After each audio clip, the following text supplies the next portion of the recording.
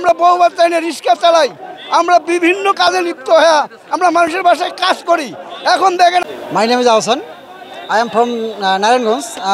Now I am tell me, I am talking about coordination of this movement today. 1.1 demand.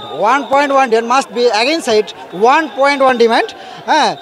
General election should be national and interest. সাধারণ আনসারদের চাকরি স্থায়ী করার দাবিতে আন্দোলনে নেমেছেন answer সদস্যরা। রবিবার বেলা 12টার দিকে সুপ্রিম কোর্টের সামনে এই দাবি নিয়ে বিক্ষোভ করেন তারা। এই সময় রাস্তায় গাড়ি চলাচল বন্ধ হয়ে যায়। চাকরি জাতীয়করণের পক্ষে বিভিন্ন স্লোগান দেন। আনসার সদস্যরা বলেন, জাতির যে কোনো দুর্যোগের সময় আনসার সদস্যরা নিবেদিত প্রাণ, তবে তারা সবসময় থাকেন উপেক্ষিত। তাই রাষ্ট্রের যে পরিবর্তন হচ্ছে তার সাথে আনসার সদস্যদের জীবনমান পরিবর্তনের জন্য সাধারণ আনসার সদস্যদের চাকরি স্থায়ী করার জন্য অন্তর্বর্তীকালীন সরকারের প্রতি দাবি জানান সাধারণ আনসার সদস্যরা। আমরা বিভিন্ন কাজে লিপ্ত হয়ে আমরা মানুষের বাসায় কাজ করি। এখন দেখেন, আমি সিকিউরিটি গার্ডে চাকরি করতেছি মাত্র 9,000 টাকা বেতনে। আমাদের কোনো পেনশন নাই, আমাদের বেতন বাড়াইতে হবে, আমাদের পুরোপুরি সরকারি ঘোষণা হতে হবে। 6 মাস রেস্টে আমরা থাকতে চাই না। এই আশা আশঙ্কা ব্যক্ত করে আমি আনসার ভাইদের প্রতি এবং তত্ত্বাবধায়ক সরকারের প্রতি আমার আহ্বান, আমাদের আনসার বাহিনীকে অবশ্যই জাতির উদ্দেশ্যে, ছাত্রদের উদ্দেশ্যে আমরা মিলিত অভিযান করতেছি, আমাদের অবশ্যই সরকারি করা হোক। My name is Awsan. I am from Narayanganj. Now I am tell me, I am talking about coordination of this movement today. 1.1 demand. 1.1 demand must be against it. 1.1 demand. General election should be national and interest.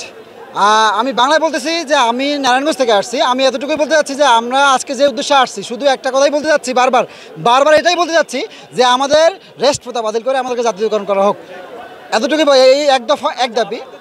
সরকারের অধীনে, স্বরাষ্ট্র মন্ত্রণালয়ের অধীনে আমাদের বাংলাদেশ আনসার ও গ্রাম প্রতিরক্ষা বাহিনীর যে DG মহোদয় আছে, ওনার মাধ্যমে আমরা সারা বাংলাদেশে সরকারি বেসরকারি প্রতিষ্ঠান, পুলিশ, আনসার, সেনাবাহিনী, নৌবাহিনী, বিমান বাহিনী, যত বাহিনী আছে সবার সঙ্গে আমরা সমভাবে কাজ করে যাচ্ছি।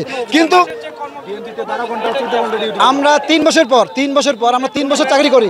3 বছর চাকরি করার পরে আমাদের কোনো বেতনের সংখ্যা নেই। 3 বছর চাকরি করার পরে আমাদেরকে রেস্টে পাঠানো হয়। আমরা চাচ্ছি যে এই রেস্টে যেন না পাঠানো হয়, কারণ রেস্টে পাঠাইলে দেখেন আমি একজন আনসার, আমি একজন গ্রাজুয়েশন কমপ্লিট করা একটা ছেলে। আমার সংসারের ছেলে যে প্রচুর কষ্ট হয়, তার কারণ দেখেন 6 মাসের জন্য যে রেস্টে পাঠায়, 6 মাসে আমার ওই সময় বেতন নাই, বোনাস নাই বা রেশন নাই, কোনো কিছুই নাই। ওই 6 মাস আমি কী করবো? আমার মধ্যে একটা ছেলে এই ঢাকা শহরে আনসার কি রিক্সা চালা খাইতে পারবে? বলেন, আমরা কি রিক্সা চালা খাইতে পারবো না। কিন্তু তাই চাচ্ছি যে আমার দাবি একটাই, বা আমাদের সবার দাবি একটাই, যে বাংলাদেশ আনসারের, সাধারণ আনসারের যে ডিপার্টমেন্ট আছে, এই ডিপার্টমেন্টকে জাতীয়করণ করা হোক, আমাদের রেস্ট প্রথা বাতিল করা হোক। এক দাবি একটাই, বর্তমান তত্ত্বাবধায়ক সরকারের কাছে দাবি একটাই, যে আমাদের এই সাধারণ আনসারকে জাতীয়করণ করা হোক। অলরেডি আজকে আমার চাকরি অলরেডি চলে গেছে, যখন আসতেছি এই হিসাবে যারা গেছে, যারা আসছে, সবারই একই অবস্থা, চাকরি অলরেডি চলে গেছে। তাহলে আমাদের একটা এখন পিছনে ফিরার আর পথ নাই, সামনের দিকে এগিয়ে হতে হবে। কারণটা হচ্ছে আমাদের কাছে আর কিছু নাই। আমরা কি দিয়ে আমাদের ফ্যামিলিকে চালাবো?